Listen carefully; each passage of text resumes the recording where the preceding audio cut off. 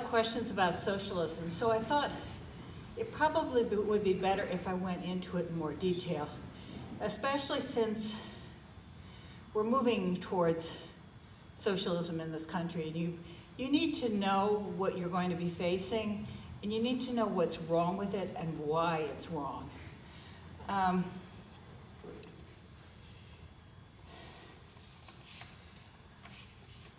Socialism and communism are exactly the same thing. They have the same goal. They just go about achieving the goal in different ways. Communism wants to achieve the goal right away through revolution, where socialism is willing to wait and achieve the goal over a period of time by slowly changing the institutions and moving in that direction, which is why which is the way we're going towards it in this country. Where China, Russia, they went almost immediately to the end because of communism. They went by way of revolution. So what is the goal? The goal is that, as they put it, from each according to his ability, and to each according to their need. In other words, everything is going to belong to the community, communism, or the state, again, that's where socialism comes from, is going to belong to the community or state, and the state is going to give it out to all the people according to what you need. So everybody's going to be taken care of. We're going to collect from everybody, and then we're going to distribute it fairly to everybody. Sounds good, right? There's lots of things that sound good on paper, or the idea sounds good, but when you put them into practice, it doesn't work out that way.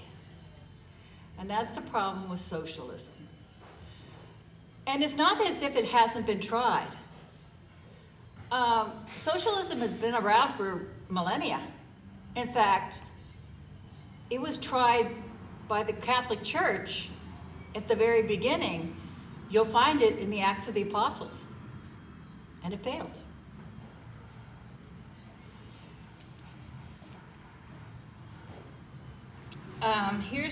Here's the way it's written about in the Acts of the Apostles. For neither was there any one needy among them, for as many as were owners of lands or houses sold them, and brought the price of the things they sold, and they laid it at the feast of the apostles. And distribution was made to everyone according to his need. Sounds familiar? And Joseph, who by the apostles was named Barnabas, a Levite, a Cyprian born, having land, sold it, and brought the price of it and laid it at the feet of the apostles. So far, so good. So now let's see what happens. And a certain man named Ananias, with Sapphira his wife, sold a piece of land, and by fraud kept back part of the price of the land. His wife being privy to this, and bringing a certain part of it, laid it at the feet of the apostles. But Peter said to Ananias, Why has Satan tempted thy heart, that thou shouldst lie to the Holy Ghost, and by fraud keep back a part of the land? While it remained, didn't it remain to thee? In other words, it was your land. Did we ask you to sell it? It was yours. We didn't ask you for it. And after it was sold, was it not in thy power? We didn't ask you to sell it. And when you sold it, we didn't ask you to give us the money for it. Why hast thou conceived this thing in thy heart? Hast thou not lied to men? Thou hast not only lied to men, but to God. And Ananias, hearing these words, fell down and died. And there came great fear upon all the apostles. Upon all those who heard it. And the young men, rising up, took him out, took away his body, and carried away and buried him. And in the space of 3 hours, his wife came, not knowing what had happened. And Peter said to her, Tell me, woman, whether you sold the land for so much. Was this how much you sold the land for? And she said, yes, that's right. And Peter said to her, why have you agreed together to tempt the Spirit of the Lord? Behold, the feet of those that buried thy husband are at the door, and they shall carry thee out also. And immediately she fell down dead at his feet. And the young man coming in carried her away and buried her with her husband. And there came great fear upon the whole church and upon all those that heard these things. So what was wrong with Ananias and Sapphira? What did they do wrong? What they did wrong was, first of all, not the selling of the property. As Peter said, it was theirs to sell. They didn't ask that it be sold, and they didn't ask that they give them the money. And what they did that was a lie was they gave the part of the money to the apostles and made it that they were saying that they were giving them all of the money for the property that they sold. So why was this wrong? Well, they thought that by this they would gain something from it. First of all, they would gain a position of they would be respected by the members of the community because they sold all that they had and gave it to the church, which they didn't do. They kept back part of it secretly. They could have just given part of it and said, Peter, we sold the property and here's, half the money. But they said they were giving all of it. And in doing so, because they had given everything they had to the church, they expected then the church to take care of them. But they hadn't given all that they had to the church. They still had a nest egg put away. They expected to be, lauded by the other members of the community, and because of their good works, given a place of prominence in the community. They expected to gain from this.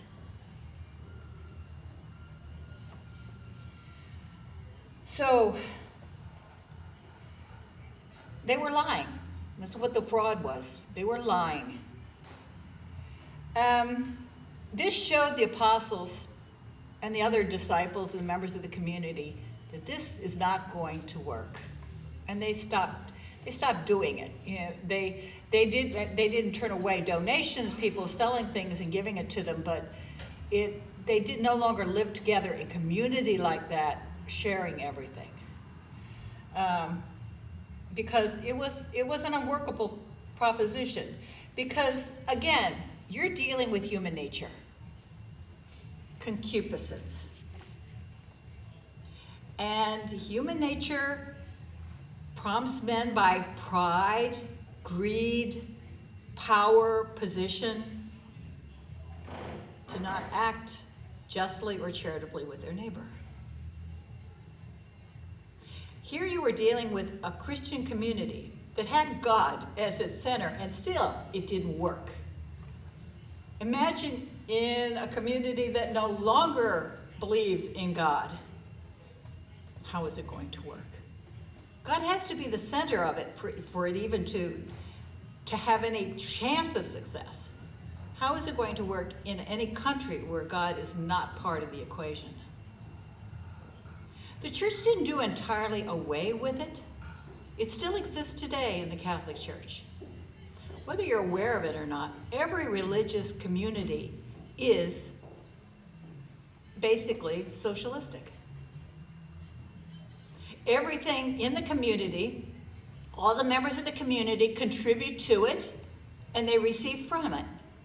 They're taking care of whatever they need, and they give everything they have to the community. How does it work for them and not out in the world?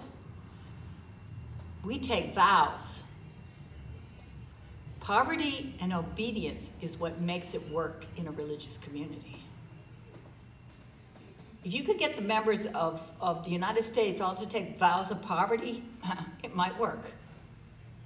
Not likely, it's not likely to ever happen, but it might work. Because you take a vow of poverty, nothing you have belongs to you.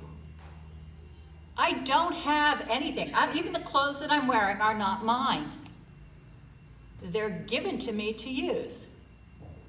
Not like anybody else would want to wear them, but yeah, they're given to me to use. If somebody else needed them, I'd have to share them and give them, you know. And I'm supposed to take care of them because they are on loan. St. Teresa, I remember reading something where in her cell she had a pretty little pitcher that, you know, they used to, at that time you put water in the pitcher and you poured it in the basin and you washed in the morning. Well, she had a pretty little pitcher. And one day it was taken from hers and given to one of the other sisters. She got a cracked one. You have a vow of poverty. You rejoice in the cracked one just as much as if it was pretty. Everything belongs to everybody. And your superior makes the decisions who gets what, when is to be returned, and if it's going to be given to somebody else. Somebody needs it more than you, it's given away. It'll work in a religious community because we have vows. I got vow of obedience, whatever the superior says you do. She's not out for power and greed. She's watching over the members of her house, like a mother watches over her children. I'm afraid the members of our government don't look upon us that way, as their children. They don't love us like their children. They are out for power and greed. So it won't work. So I mean, even among the apostles, it didn't work well. In a religious community, it will work, but only because of the vows. So, for socialism, the underlying virtue that is missing in socialism are both charity and justice. First of all, justice is the virtue of habit by which a person renders to everyone according to his due, what he is due to him. Before I get to this, I want to give you an example. Probably should have done this first. I think in my notes I planned to do this first.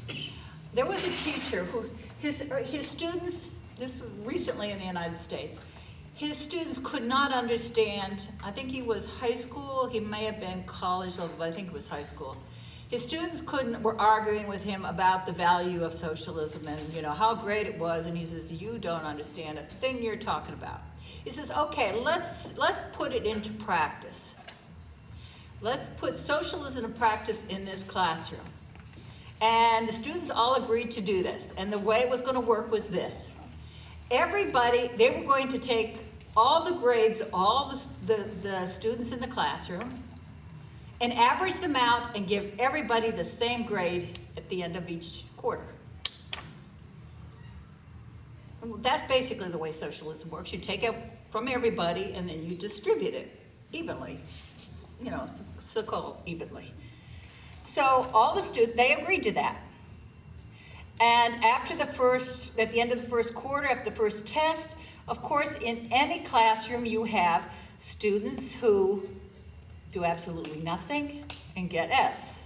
And then you have the good students who work hard and they get A's. And then there's the middle average ones who get B's and C's and a few D's, which is the way it is in society. You have people who are very rich, some who are very poor, either for reasons of their own or, you know, and you have the middle class. So basically, the classroom is a microcosm of society. So at the end of the first marking period, he took all their grades, averaged them out, and on their report cards, they all had C's. No, they all had B's. They all had B's. And of course, what's going to happen right away? Complaints. The F students are very happy. The B's and C students, that's what they're used to, but the A's were not happy at all. They had done a lot of work, and they got a B. So the end comes to the next quarter. What do you think is going to happen? What do you think is going to happen? You think the A's are going to work as hard? No. So the next quarter, everybody got C's. Well, the F's are still very happy. The C students are still pretty happy.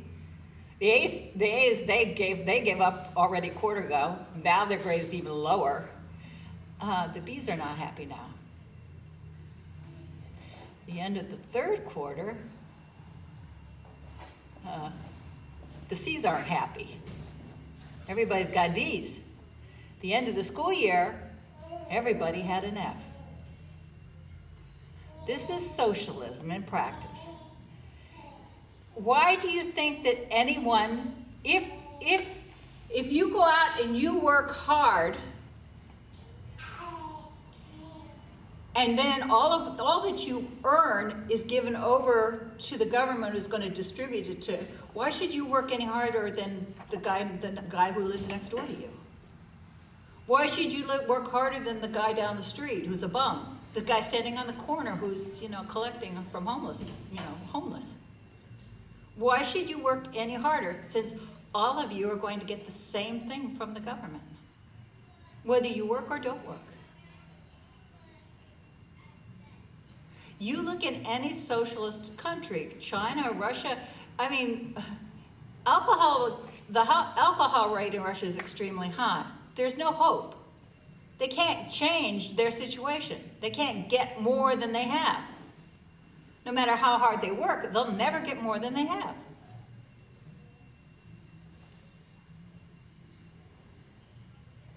They're assigned a certain amount depending upon the job that they do, the number of people in their family, and that's it. So why should they work any harder than they need to? Nothing is going to change. This is socialism in action.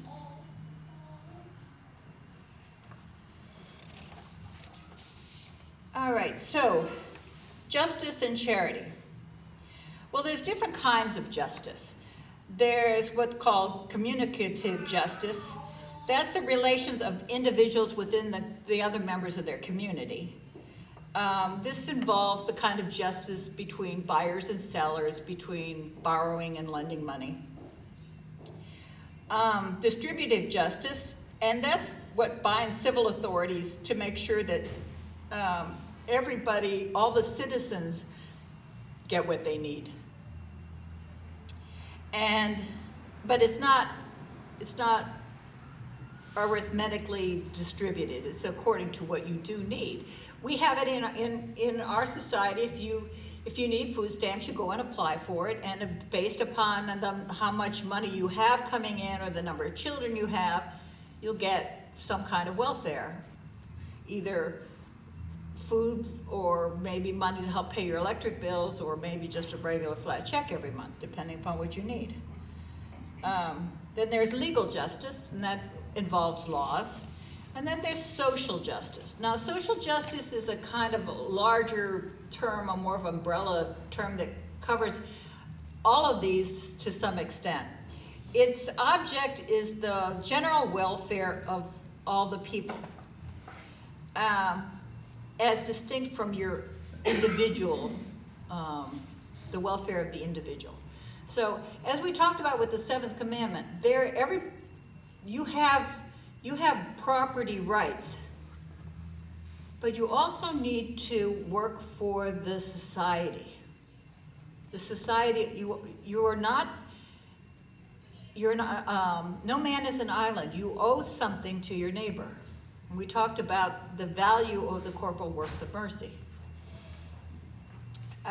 So in this country, we have a constant, I would call it not a fight, but a flux between individualism and capitalism.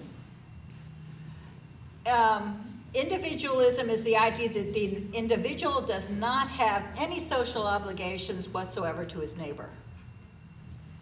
Individual and collectivism, which says that society claims that society is more important than the individual, who has no rights except the social ones. So you have this constant flux between the individual and society. Who is more important? Again, you can't go too far in either direction. There has to be a balance. The church always says you need that balance. You have to stay in the middle. Individualism is wrong. Collectivism is wrong. The balance is in the middle. The individual has to be taken care of, but so does society. So do the members in society. And you have to find a way to balance that.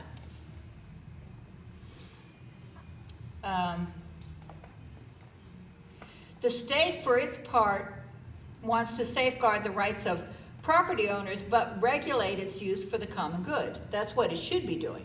It should be safeguarding your property rights, but at the same time, it should be looking out for the common good of others. In other words, the state can pass laws saying, yes, you can own property, but there are limits to what you can do with it. You may own property in the middle of, let's say, Sherwood Forest subdivision there, but you can't turn your property into an X-rated movie theater. The state has zoning laws where they put that says you can only use your property for certain things in certain areas. You can't put an industry in the middle of a subdivision. Why? Because it ruins the property rights of the people who live around you. You're taking you're infringing upon their rights. So the job of the state is to kind of balance things. Yes, you can have your property, but you can't do this with it. If you want to do that with it, then you have to go over there. You might buy property in that part of town. And the state also can't use excessive taxation to take away what you own by taxing you. And that's how Russia took over the farms, by the way, in Russia. I think I mentioned this last time. She couldn't take your farm, so she taxed them into it. They couldn't pay their taxes, then you end up having to give them your land. So what about business owners who have, or even the individual who has a lot of money, you earn a lot of money. You're a lawyer and you have huge amounts of money coming in, or you own a chain of restaurants or hotels and you're bringing an excessive amount of money. You can't, morally, you're supposed to, first of all, take care of your employees.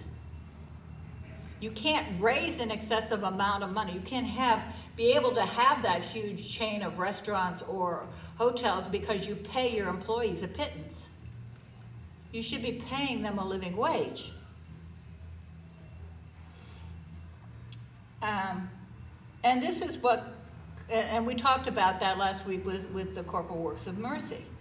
You should, and all businesses should be looking out not just for themselves, but for their neighbors.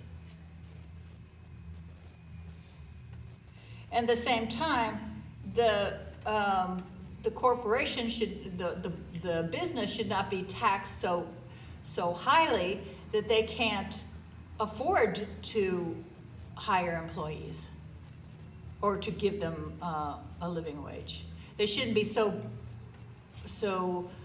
there shouldn't be so many regulations on them that they can't afford to take care of their employees, which is what often happens under socialism. And then, so the extreme from socialism is capitalism. Again, the balance should be in the middle. In this country, is constantly you're fighting against capitalism versus socialism. Capitalism was where you want to make a lot of money. It's based on materialism. We talked about that way at the beginning of the year. So capitalism takes everything for itself, or the owners of, which is basically owners of the business, and gives as little as possible to the workers because they're more interested in profit. Profit is the big deal. Socialism claims that the state should run everything, and everything above what is necessary for the maintenance and repair of the company should then be given to the workers. Of course, after the government has taken a huge cut out of it, but that's a whole different story. The correct principle stated by the Pope, and here I'm going to be quoting Pius XI. He wrote an encyclical on this, Quadragesima Animo, 40 years after. It was written 40 years after Rerum Novarum by Pope Leo XIII, the working man's pope. And he wrote it because in those 40 years, socialism had raised, and communism had raised its ugly head, and he realized it had to be adjusted because of socialism and communism. So the correct principle, according to the Pope, is that the law of nature demands that there be a division of goods, and this division among individuals and classes should be such that the common advantage of all is safeguarded, both the individual and the community. It goes back to the seventh commandment and the corporal works of mercy. Both need to be taken care of. You have to have an incentive to raise money. And you also have to be willing to share it with your neighbor. So, if you just want to look at wages, for example, wages, the determining factor should, according to the Pope, should be that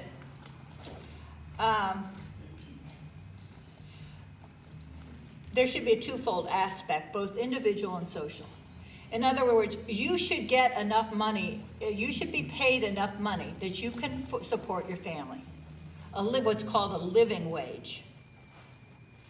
And there's three members that need to be understood when you're deciding how much you're going to get in the way of wages.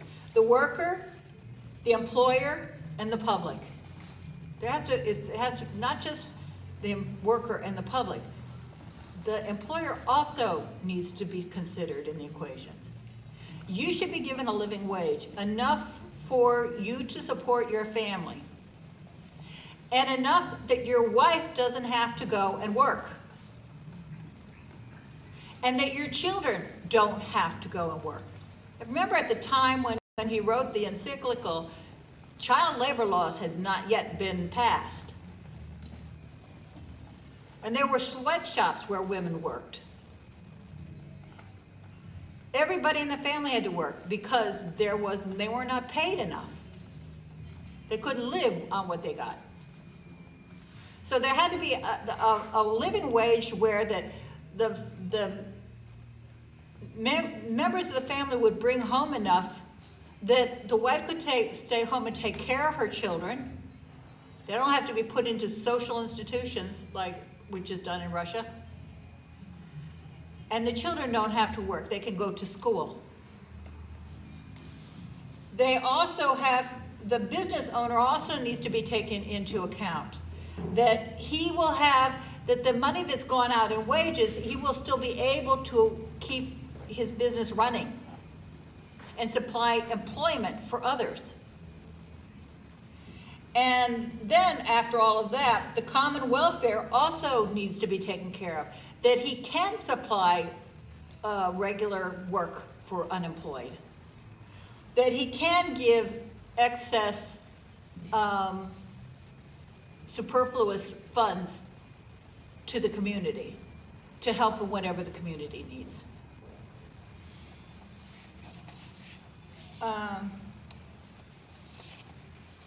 So there has to be a balance between the according to the Pope, there must be a balance between despotic economic dictatorship and free competition. You can't, capitalism wants free competition. Socialism wants despotic economic dictatorship. They want to decide how much you're going to get, who's going to get it. They want to decide every aspect of your life, basically.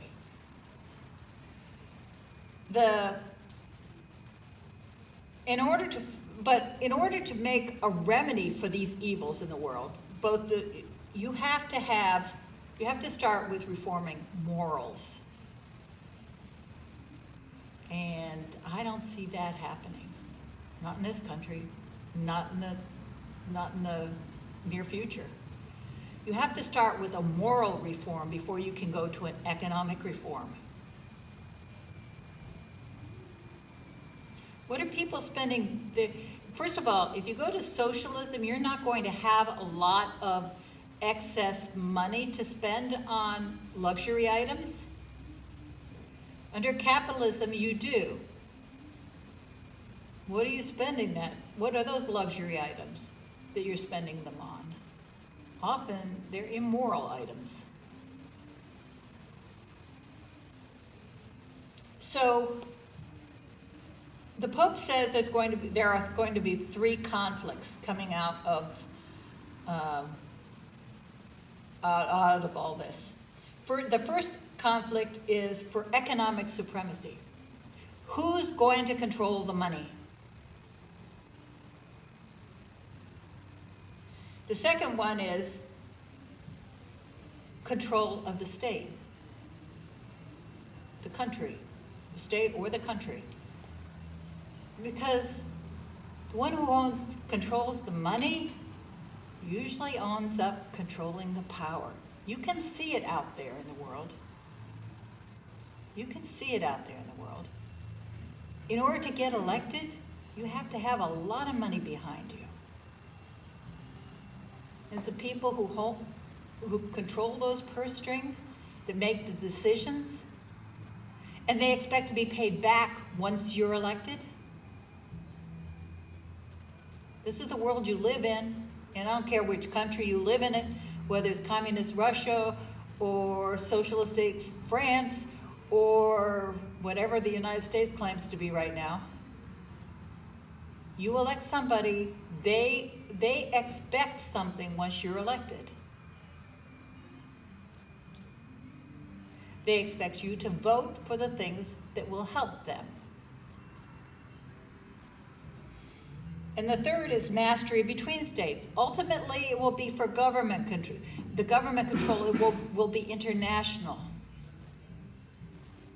You see, Europe is just coming out of something close to that, the whole banking situation in Europe, where they've decided to put all the money together. And now they're finding it really didn't work out as well as they thought it would. Why? Because different countries have different needs. And they also have different agendas. Socialism is completely contrary. Now, this is the Pope saying this. Socialism is completely contrary to Christian truth because it ignores man's eternal goal and sacrifices man's dignity to the demands of production. The Pope said, you cannot be a Catholic and be a socialist. He put it very succinctly. You can't be both. But we have politicians who claim to be both. But if you look at them, their moral underpinnings, you'll find that they are not Catholic. They are socialist. You can't be both. You can't support socialism and at the same time believe in the right to life. You can't support socialism and believe that all property should belong to the government. The root of the problem is materialism. The remedy, and the Pope made a long list of how to fix it, none of which has been followed, but I'll give you the remedy. First of all, you have to have the remedy is a return to the gospel teachings. Religion has to again be the bulwark, the foundation stone of society. The United States survived this far through, 250, close to 300 years of because she had basic moral values. They were not necessarily Catholic values, but they were basic moral values. She upheld the 10 Commandments, regardless of whichever creed, whether it was Jewish, Protestant, or Catholic, we all, were basically fulfilling the 10 Commandments. That no longer exists. No longer exists.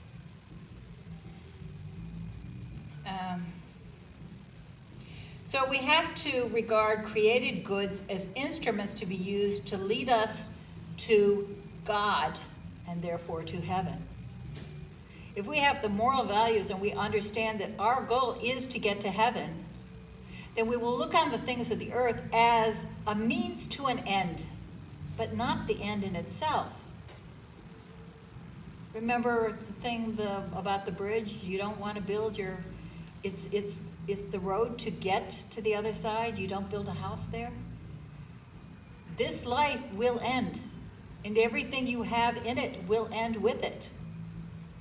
The Lord preached a parable about that. The man, who had a farm, and he was so rich, and he was going to tear down his barns and build up bigger ones. And God said, "You fool! This night I will require your life of you. What will it profit you?" And our Lord said, "What does it profit a man if he gain the whole world and suffer the loss of his soul?" Employment is gainful operation. As a gainful operation isn't wrong. It's good to be employed. It's good for you, physically, mentally, emotionally, to have a job. And neither is it wrong to want to increase your fortune, to get more money, to get a better job, to have more money coming in. If it's done justly, that you're not defrauding someone, you're not getting the job by stepping over the bodies of other people in the way, and if you use the wealth that you gain rightly, you use it to support all that we went through last week. You use it to support your family. And then you begin giving it out in that criteria that I gave you, the order. You help your family members, then you help your church, then you help your community, and so on. Charity is the leading role, it has a leading role to take in social reconstruction. Charity, but it has to be charity. Real charity, based on love of God. Justice alone isn't enough. True cooperation among the members of society will not happen until they all realize that they're members of a great family.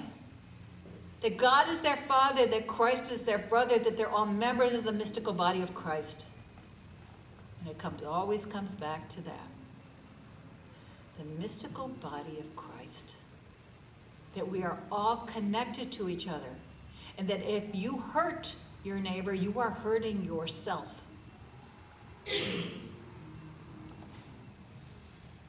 Here's the plan that the Pope laid down for Reconstruction. First, the economic system should govern itself democratically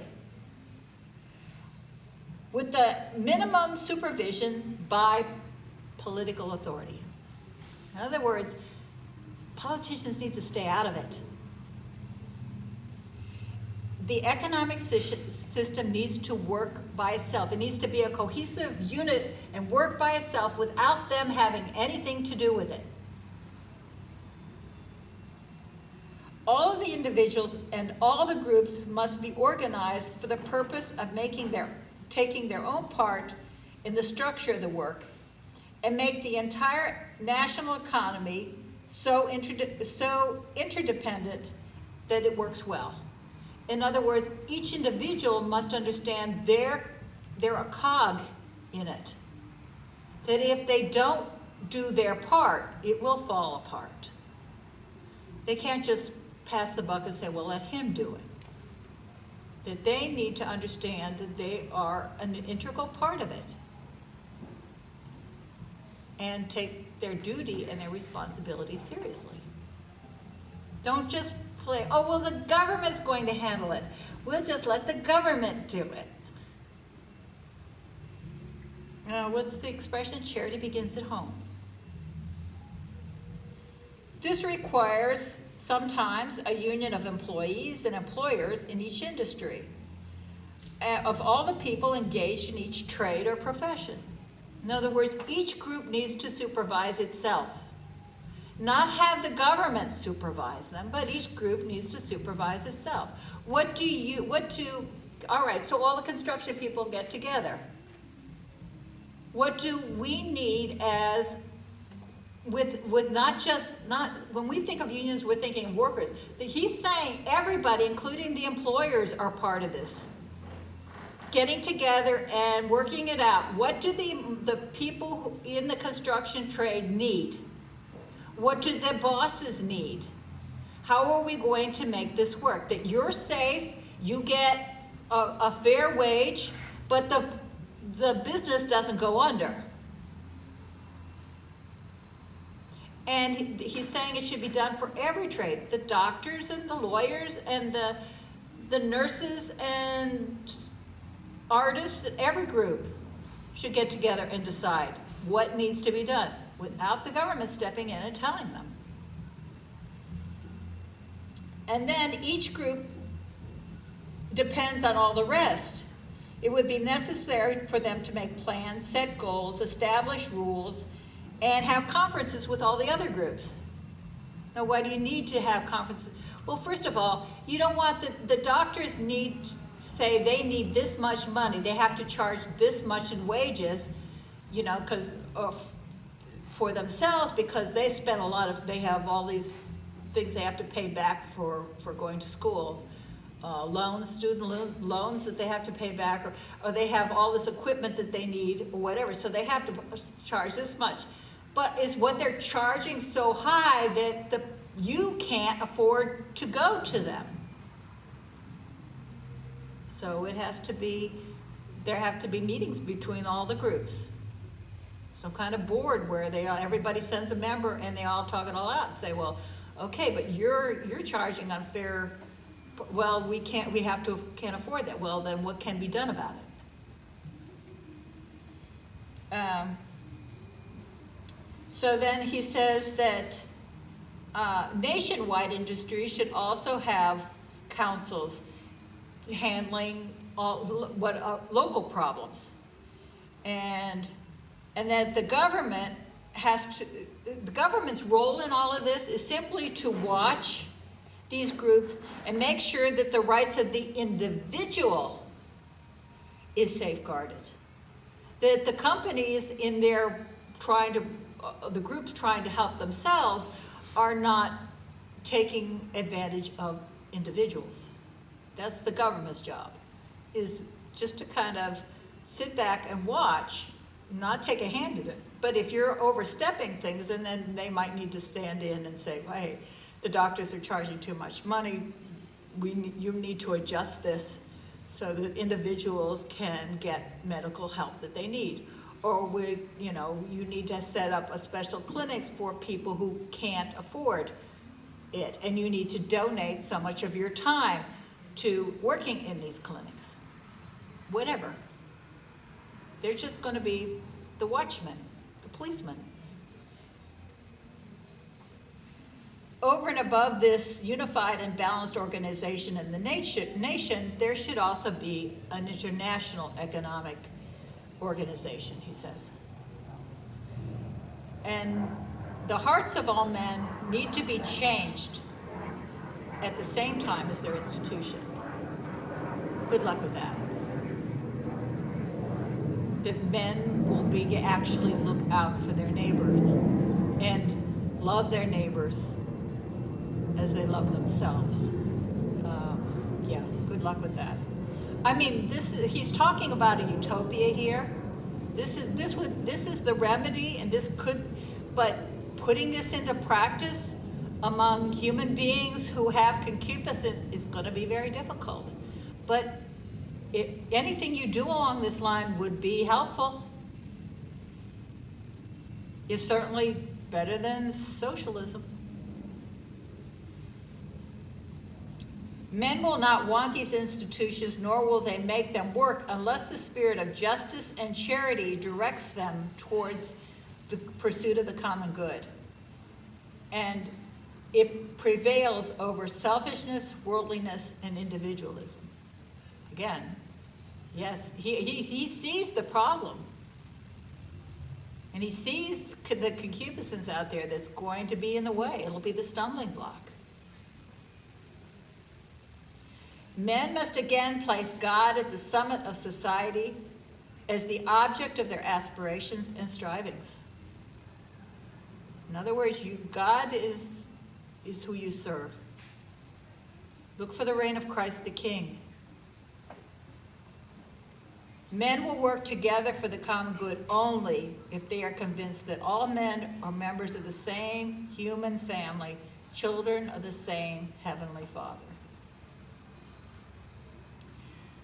So, as Catholics, according to the Pope, what can you do? I mean, he lays down the plan, but he realizes this is an almost impossible task. It can be achieved, but it's not going to be achieved overnight. You have to work for it. How long have we been working towards socialism? Since the 1950s. So we're 70 years. It's not going to be achieved overnight. But he did put out some guidelines. He said, first of all, you should have study circles. You should get together and talk about it. You should look at your community and see what's going on. See what can be changed. Understand what they're doing. A lot of the laws and a lot of the legislatures pass laws, and a lot of the politicians get into their positions through the ignorance of the voting populace. Education, that's study circles.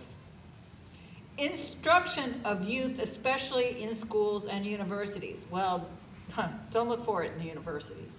The universities are teaching socialism, but that needs to change. If they were teaching the Pope's idea of the way the world should be, it would change faster. So it needs to start on some level in the schools, because education is an important part. History is an important part. You need to understand history. You need to know the world that you live in and see what happened to it in the past, because it's going to repeat itself. It's already repeating itself. You want to look around you. The whole idea of economic stimulus. Look at Romans. Look at the Roman Empire and bread and circuses. Hey, that's what you see today. It's just called something different. It's called a stimulus package. The whole COVID thing. The government wanted to see what they could get away with. It was an experiment. And we failed it. They found out a lot of things through COVID. They found out that they can't control us through fear. that they can take away our rights and we won't object. The right to assembly, the right to religious rights. They can take away anything they want from us and we won't object because of fear. They can control us economically. They learned a whole lot from this. Writing and publication of articles and works on Catholic social teaching. In other words, what the church, how the church looks at things. And it's easy enough done these days. You don't have to own a publishing company anymore. Start a blog on the internet. Talk with other people on the internet. Spread information that way. Talk about a study circle. Start one on the internet. Read some of the ones that are already up there. There are plenty. Education of working men in their rights and in their duties. Both the employers and the employees need to know what their rights are and what their duties are. So, any questions? Socialism? All right. Next time, we will cover the Eighth Commandment. In a way, it has a bearing on this. The Eighth Commandment is about truth and lies. And socialism is a lot of lies. And you need to find out the truth. You need to dig down. It sounds so good on the surface. But look at the places where it's been implemented and see how happy or unhappy those people are.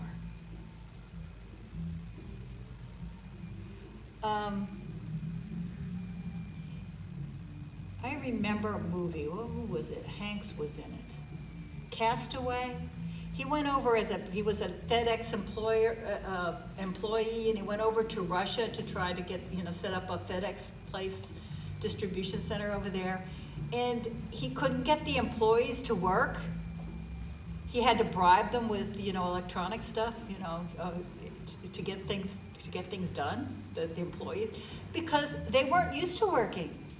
They'd been through 50 years of communism. They did exactly, communism told them you turn out X number of things in one day and you're done. That's all we're paying you for. So why should they turn out more than that? Why should they process more than 20 boxes? Why should they do it in faster? Why should they ship all of these things out in one day? They're not being paid anymore. They're not going to gain any position. I'm sure that was not, Tom Hanks is not noted for being, I think he's one of your leading socialist guys out there, but I don't think he realized that that's what I got out of the movie. This does not work. You can see it here, it doesn't work. But anyway, so no questions, y'all. Go study history.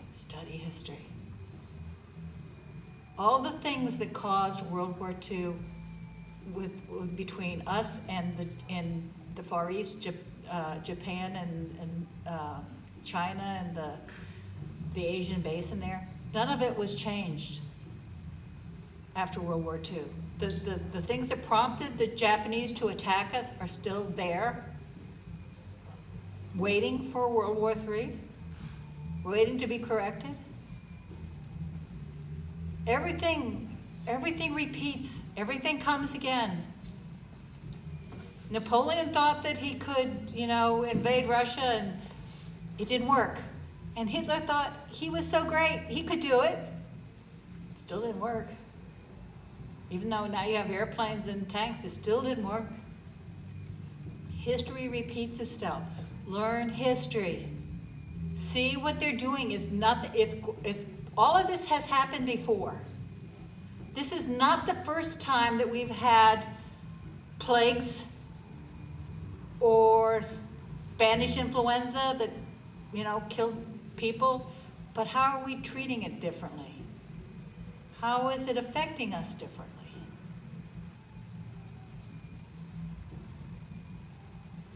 Look at your government. Look at other governments. There's nothing new in the world. Just change it. It's not, when history repeats itself, but it's not a complete circle. It's a spiral. It changes a little each time. Yeah, Hitler does not invade Russia with horses. This time he's invading with tanks and airplanes. Result, same. Next time, nuclear bombs. Will we win from that? No, because we'll get bombed too. Nothing changes. Okay.